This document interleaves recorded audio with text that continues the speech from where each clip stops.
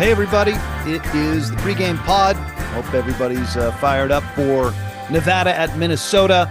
Of course, these interviews with Mountain West insider Terrence Newman and our great friend Alex Margulies from Nevada Sports Net and our broadcast team will air during the Bud Light Tailgate show that starts at 11:30 a.m. Pacific time, ahead of the 12:30 p.m. Pacific time kickoff, Nevada at Minnesota. But these interviews have gone a little bit longer. And, of course, we like to see the people in addition to hear the people.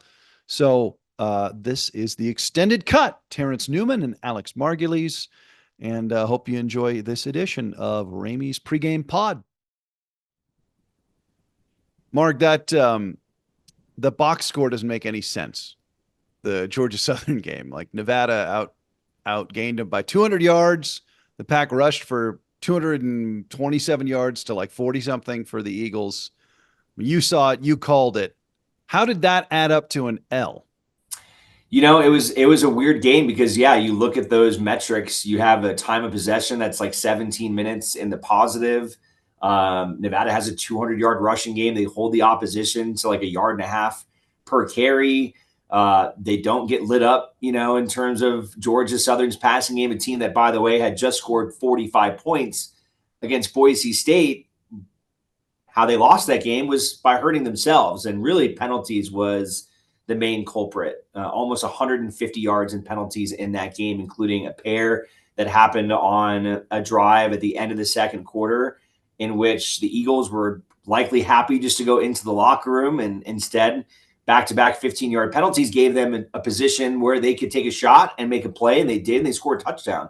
And that was a huge turning point at that junction of the game. And then, of course, a really ill-timed turnover. You know, Nevada was humming offensively in the fourth quarter. At the very worst, would have scored a field goal. More likely than not, would have scored a touchdown. Instead, Savion Red, unfortunately, fumbles inside the 5-yard line. And that was the only turnover in the game. So it was definitely one of those types of games that left you puzzled, because how could Nevada do so well running the football, converting on third down, having time of possession? And ultimately the game was decided on penalties and one turnover. But, you know, that's how it goes in football sometimes, but definitely left the program kind of shaking its head. And Coach Choate, you know, talking to him right after the game, and he echoed those same things. Like, you look at the box score and how do you lose this game? Saw him again on Sunday, and he was still just, you know, it was definitely sitting with him that was a game his team should have won. You mentioned the only turnover of the game. That's the only turnover Nevada's offense has had all season long. Choate has talked about this. The Pack has played 3 very close games to start this season, to start the Jeff Choate era. They could be 3-0 and they could be 0-3. Now they're 1-2 headed into this game at Minnesota. How do you feel about that? Like, we've watched every snap for several seasons now. I'm thrilled that Nevada has been in 3 close games. Yes, you'd like one more of them, maybe 2 more of them to have been victories. But if in year 1 we're riding on the Choate boat and everything's coming down to like the fourth quarter, that's huge progress from where this program has been, I think. Yeah, I mean, I think if you would have asked Nevada fans 3 games in, you'd have 3 really competitive games, and you had a chance to go 3-0, and maybe you came up 1-2, you go, all right, yeah, I'd probably take that given the circumstances. I mean, you look at the SMU game, Nevada was a 3-touchdown underdog and should have won that game. You know, they went and pulled out a nice road win at Troy, and against Georgia Southern, that is a game that they'll feel like they should have won based on the way that they played. And so the 1-2 part of this equation, I think, can be frustrating, you know, when you feel like, hey, maybe we could be 3-0. When you ask Coach Choate that question, he doesn't really give it a ton of stock. He's like, no, we're a 1-2 football team. You know, the record doesn't lie. And maybe he's right. You know, his team isn't at the right point to maybe win some of those games, and they have to mature for sure in order to win. But I think at the end of the day, the product that we're seeing on the fields, the way that they're playing, the talent, I think, is further ahead than anticipated. You know, I think a lot of people, you know, went into this year, even into the, the polls and stuff predicting Nevada to win like 2 or 3 games. This team does not look like a 2 or win 3 or win team. They look like a unit that could go win 5-6 games and get to a bowl game. They're playing hard. And I think that's exciting to see in the first year of a program, is a team that is playing hard, is playing a more exciting brand of football than I think we've seen in recent years. And I think in 2 areas, one, offensively, I think we've seen a lot more offensive creativity. I think we've seen a lot more flow offensively, and just ways that Nevada can call plays and orchestrate a game, which I think is exciting. And then you're seeing a defense that's really flying around the football and is doing a really good job at stopping the run. So, and maybe we shouldn't be that surprised with Nevada's defense, given how many returning players they have, especially at the linebacking core, and a lot of the veterans that they've added in the secondary. So, the offense being more exciting to watch and the defense flying around the football and making plays and being kind of hard-nosed, personally, through the first 3 games has been fun to watch. So let's assume Nevada doesn't pull off the double-digit underdog upset today against Minnesota. Last time I saw, I think it was 14.5 points. Nevada was the underdog on the road in Big Ten territory. I mean, that's understandable. Although I certainly think this is a game Nevada could win based on what we've seen through 3 games from them and what we've seen from Minnesota through 2 games, which is a narrow loss to North Carolina and then a blowout win, both home games against an FCS Rhode Island opponent in week 2. But let's say Nevada doesn't win this game and holds serve against Eastern Washington, a game you can watch on Nevada Sports Net at Mackey Stadium on the 21st. That puts Nevada at 2-3 through the non-conference. And I have to think they'd feel pretty good about their competitive standing headed in to the Mountain West season. I think it just depends on how the games play out. I think the wins and losses matter, but Coach Choate has been pretty clear that this is his team's preseason. They could go 0-5, they could go 5-0. Obviously, they want to go 5-0. But ultimately, they want to be a better football team going into Mountain West Conference play than they were going into the start of the season against SMU. So I think win or lose against Minnesota, I think the most important thing is, are we seeing a team that's getting better? Are we seeing a team that is improving? Are we seeing a team that is maturing in that game? Do they go and lose by a touchdown, or they go and lose by 40? I think that would be a big difference between, more than just kind of like win and loss. Same thing, I guess, could go for Eastern Washington. It's like, how does Nevada play in that game? But yeah, I mean, I think you go 2-3 in the first 5 games, and that you lost a narrow game against SMU. You lost a narrow game against Georgia Southern. I think you're feeling pretty good about yourself going into Mountain West Conference play. I think short of Nevada going and getting blown out against Minnesota and then having laying an egg against Eastern Washington, you have to think this is a group of men that is going to go into the Mountain West Conference season based on the way they've played in the first 3 games, pretty confident and feeling like, okay, when they start playing teams that look like them, that they can compete. And, at least from our media perspective, it feels like a team much more so than 2 months ago when we were prognosticating about what this team is going to look like. It looks a lot more optimistic based on what we've seen in 3 games. Now there's 2 more big ones to go. A lot can change in that narrative, just like it's changed already. But right now, the trajectory is certainly feeling like this is a team that is going to be more competitive than what was thought about at the outset. Speaking of the Mountain West, big news as we record this on Thursday. Big news overnight. Pac-12 After Dark, alive and well. The former Conference of Champions, decimated by conference realignment, down to 2 teams for a couple of seasons. Oregon State and Washington State maintaining the brand, maintaining kind of the legal standing of the Pac-12, announcing the additions of Mountain West members San Diego State, Fresno State, Colorado State, and Boise State starting in fall 2026. I was pretty blown away, Marg, because this went down very quickly, and also because the Mountain West under Commissioners Navarez and before her Thompson had kept the conference together for 25 years, the most turbulent 25-year stretch of modern college athletics. Just your thoughts on this pretty jaw-dropping announcement. I think that was my reaction, when I woke up this morning was kind of a jaw-dropping result. And I think especially after what we had seen San Diego State trying to bolt and the way that they were able to kind of keep them and at bay during that time period made me feel like, okay, that the Mountain West survival seems more likely than whatever's left of the pack or whatever you want to call it. Especially given the financial ramifications of what this means for the 4 schools that have decided to go and join this pack, whatever you want to call it, conference. They're on the hook for $18 million a piece back to the Mountain West Conference for leaving early.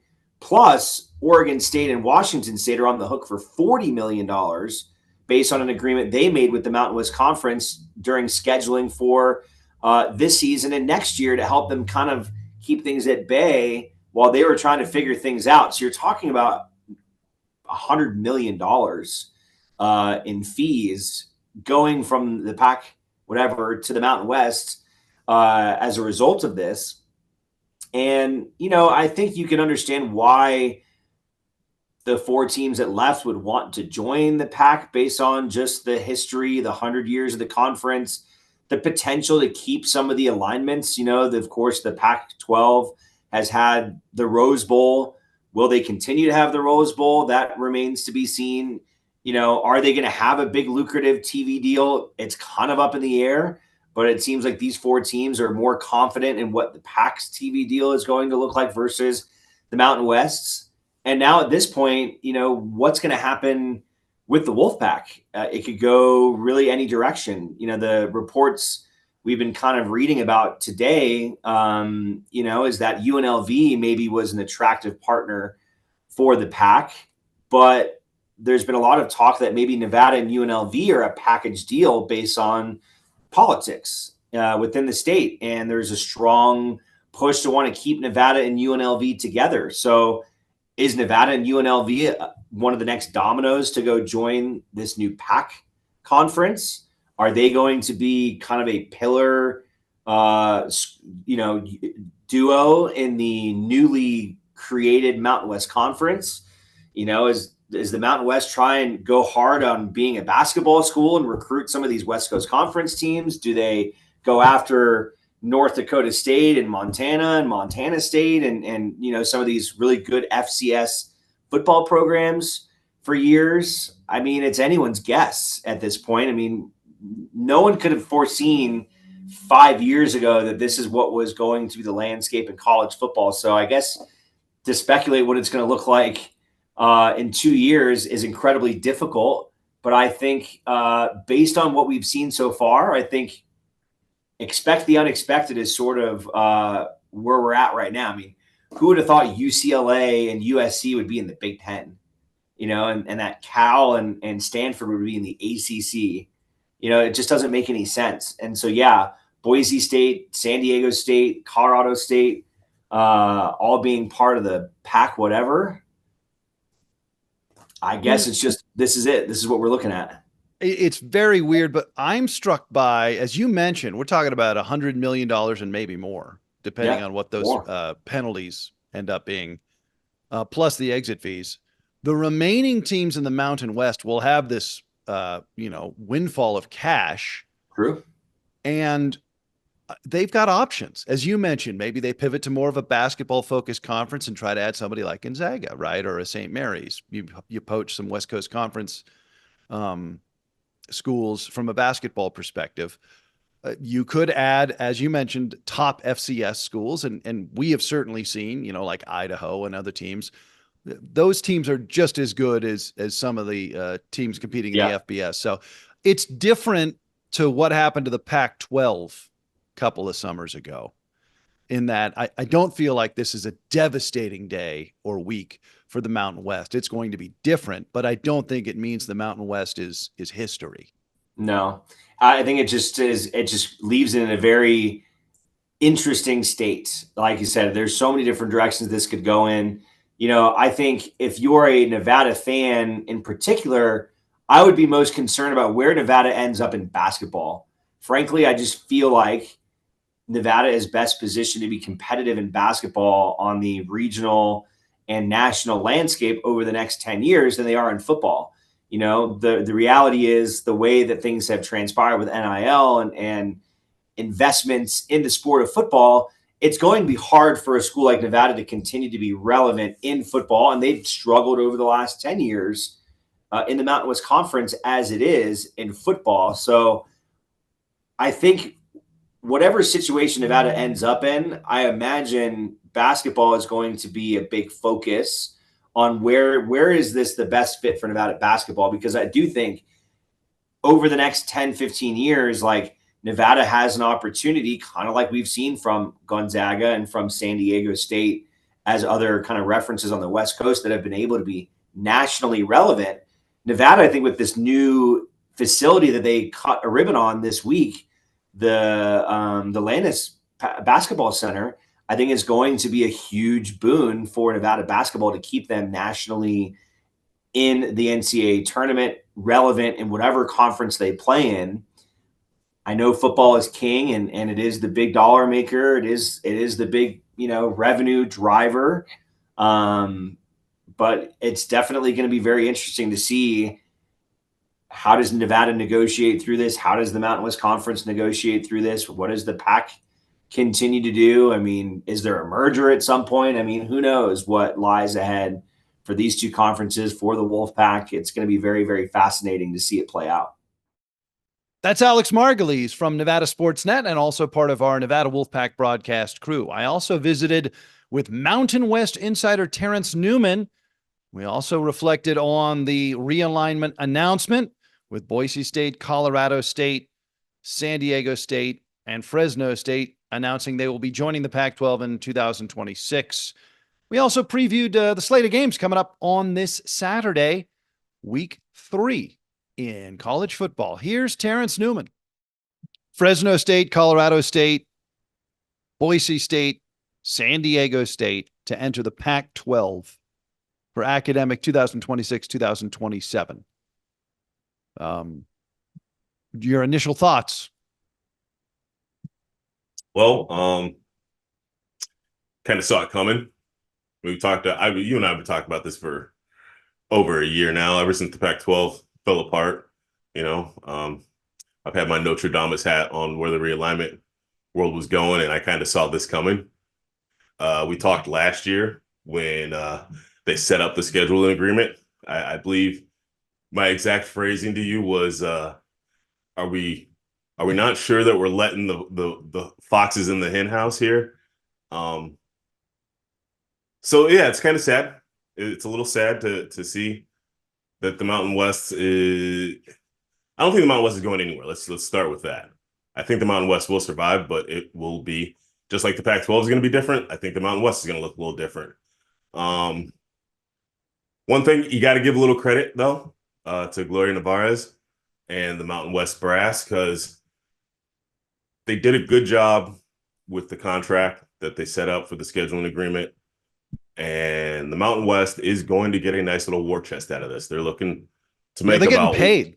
They're going to get about 130 to 140 million in exit fees. And so what they're going to have to do is what the Pac-2 did. The Pac-2 had the war chest from the schools that left, and they took that war chest to rebuild their conference.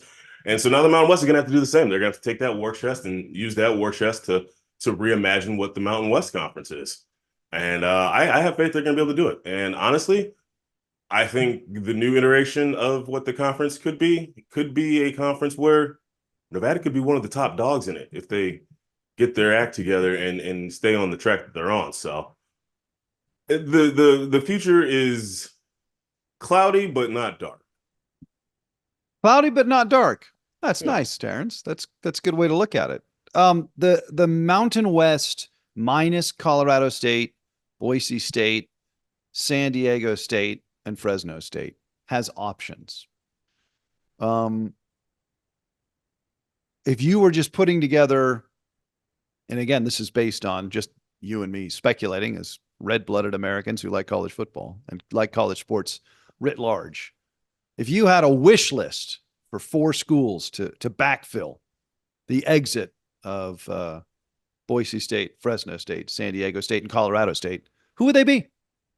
Ooh, that's a good question. Well, we were at 12 schools. This is going to take the conference back down to 8. Honestly, I think priority 1 is to make sure that the 8 are solidified. Because the Pac-2 is still going to need 2 more schools at least. I think they're going to be looking east first, but if they strike out east, I think there's a good chance they could come back out west to look for a couple more schools. Also, a school that I would be worried about is Air Force. I don't think Air Force is going to the Pac-12, but I could see a world where Air Force could want to join the American, where Army and Navy already are. So priority 1 is lock down the 8 you got. And then I think the next move after that, UTEP and New Mexico State, bring those 2 schools in. They're in Conference USA now. I think they would totally make the jump. Geographically, it makes more sense for them. That gets you just back to 10. So that gets you just solid again, put you back on a solid footing. And then from there, I think that's when you're going to have to take some of that money and you're going to have to get a little creative, and you're probably going to have to look to the FCS level and probably going to have to look to some schools out of the Big Sky, maybe even the Missouri Valley. And that's where I think you're looking at maybe helping out schools like Montana, Montana State, Idaho, and maybe even as far east as North Dakota State and South Dakota State, and seeing if those schools have any interest in coming up and playing on the FBS level. The one issue, though, and it's going to be really tough for them to fill, is the densest part of population on the West Coast is between San Diego State and Fresno State. And when you look at the makeup of college football teams in Southern California, there really is no school in that region that can pick up that slack. I mean, the closest, Cal Poly San Luis Obispo, Big Sky, not a consistent. But if you know California geography, San Luis Obispo is kind of a weird Central Coast, not a big no man's market. land. It's not a big market. It's not LA. It's not the Bay, and it's not even that Central Valley where Fresno is. It's kind of this own little coast. So they don't really bring you any of that. So yeah, that's the one spot where I don't know how you're going to fill that hole. There's going to be a Southern California hole there. How critical is it for the Mountain West to hang on to the Bay Area, San Jose State, and Las Vegas, UNLV? Oh, I think it's critical. They have to have some sort of foothold in California. Not just for the conference. You got to think about Hawaii. Yep. Hawaii just lost. This is a school that already has the toughest travel of any school in the nation. And they just lost, 2 of their closest travel partners there? Right. So you lose any more schools from California, their travel is going to be ridiculous. Honestly, I think other schools you might be looking towards is maybe a school like Sacramento State or maybe even a UC Davis, and kind of see if you can strengthen that corridor between Reno and San Jose down through Sacramento, and just kind of be like, this is Mountain West country. I think that might be another way they think to add schools and rebuild the conference back up. It's interesting to think about Big Sky, FCS, but Davis played Cal tough in their opener, right? Davis, I think, took Nevada to overtime in 2016. Sacramento State beat Stanford last year. Right. Troy Taylor, their head coach. Yeah. Montana State beat New Mexico this year. Idaho beat us last year, and they beat Wyoming last week. So if you're really watching a lot of big time FCS football, the folks that watch know the top of the SCS is just as good as the bottom of the FBS. The top teams in the Big Sky and the Missouri Valley can 100% hang. Look at schools like James Madison. Who we played, Georgia Southern, came up from the FCS not that long ago. Georgia State, like you look at what the Sun Belt Conference is now, is a lot of schools that were FCS a decade ago. And right now, the Sun Belt is one of the strongest G5 conferences.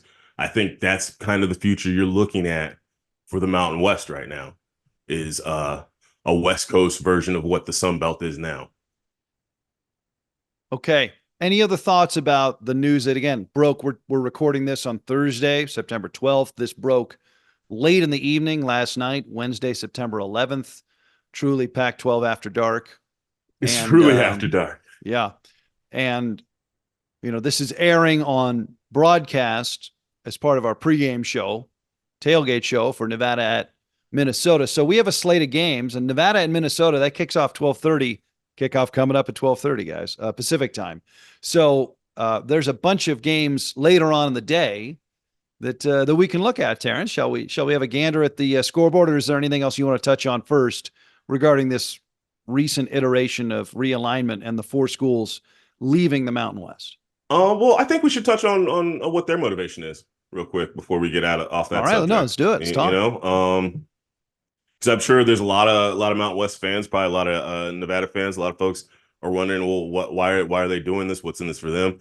Is it not just the Mountain West 2.0? But I do have to say, some of the Twitter sphere around the Pac-12 claiming that this is some sort of resurrection, like Pete Carroll's not walking through that door.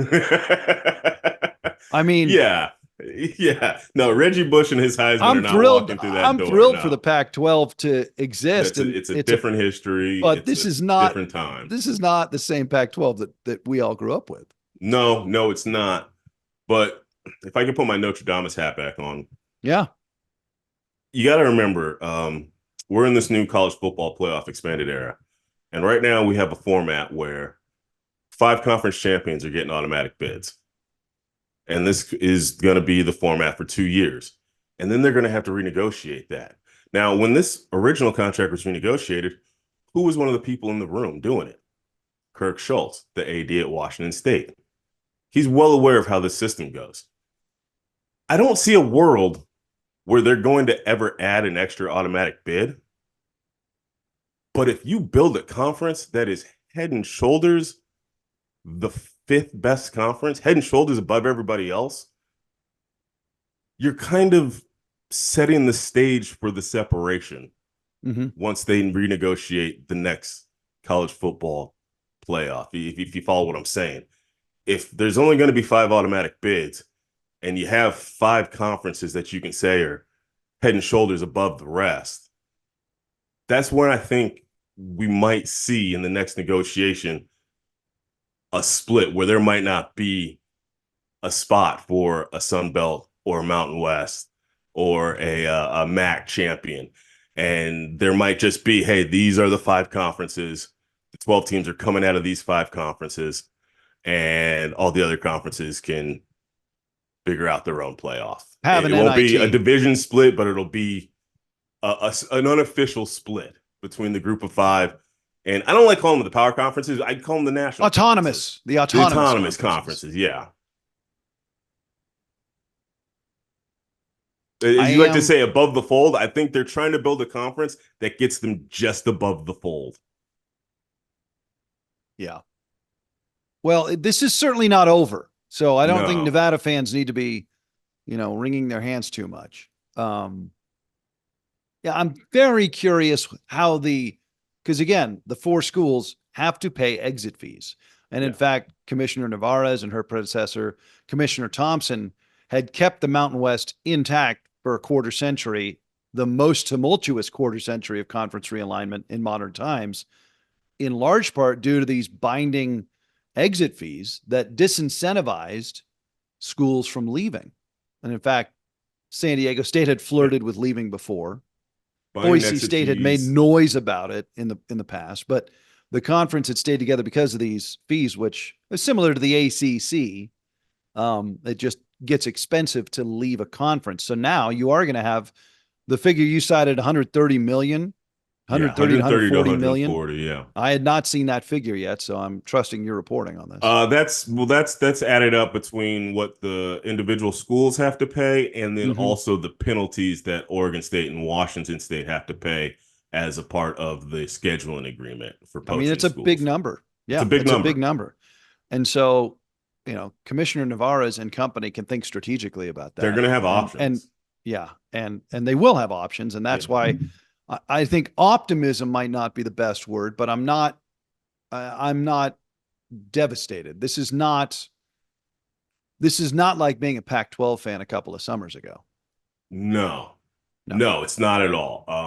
Because I think what they're trying to do, the Pac, they're probably going to be looking east, probably towards American schools. They're trying to build a national conference on the level of what the other Power Four schools are doing. And what this is going to leave is a chance for the Mountain West to reimagine itself, but as still the most dominant Group of Five West Coast conference. And probably still the most dominant Group of Five conference if they pull up the right FCS schools. So no, it's still a pretty bright future for the Mountain West. It's not the same situation as the Pac-12. Just off of the sheer number of schools, and the geography of it all. Smaller conferences aren't going national like the big conferences did. Right, exactly. In some regard, this is going to be there are national conferences and then there are regional conferences, and I would posit that college football is at its best when it's regional generally. Yeah. Okay. Its roots are regional, but we're in a world now where TV wants national. TV is national. If they're going to pay big money, they want content all day long, and they want content across a wide spread of America. They want to get their money's worth out of it. All right, I want to get my money's worth out of you, Terrence Newman, Mountain West Insider. Let's look at the games on this Saturday, the 14th. Of course, Nevada kicking off at Minnesota in Big Ten country at 12:30 Pacific. 1:30 Pacific, number 12, Utah at Utah State. I'm not terribly interested in Kennesaw State at San Jose State. Hawaii at Sam Houston at 4 o'clock. New Mexico at Auburn at 4:30. Air Force at Baylor at 4:30. Colorado State at 4:30. BYU at Wyoming at 6. San Diego State at Cal at 7:30. And New Mexico State at Fresno State at 7:30. So it's cool that Nevada gets to play early, because then there are all these games that kind of sit back and watch, unspool the rest of the day. Any of those matchups juicy for you? That's a solid lineup of Mountain West games this week. Yeah, that San Diego State Cal game is definitely interesting to me. Cal's coming off a big road win at Auburn. San Diego State, it looked, in my opinion, kind of disappointing against Oregon State. The offense still has some issues. There's some serious woes on that side of the ball. The defense is still pretty solid though, and keeping the games. Just excited to see how that team's progressing. I think game is in Berkeley, and the Golden Bears are favored by 18.5. Wow, that's kind of crazy to see Cal getting that much respect. But you know what? They're a solid program this year. They got a pretty good defense and a solid running game. But I do think San Diego State should have enough talent to at least keep it close with them. Colorado State. They kind of both programs I've been a little disappointed by this year, to be honest with you. It's in Fort Fun. It's in Fort Collins. It's in Fort Collins. Yeah. Colorado is a 7-point favorite at the Rams.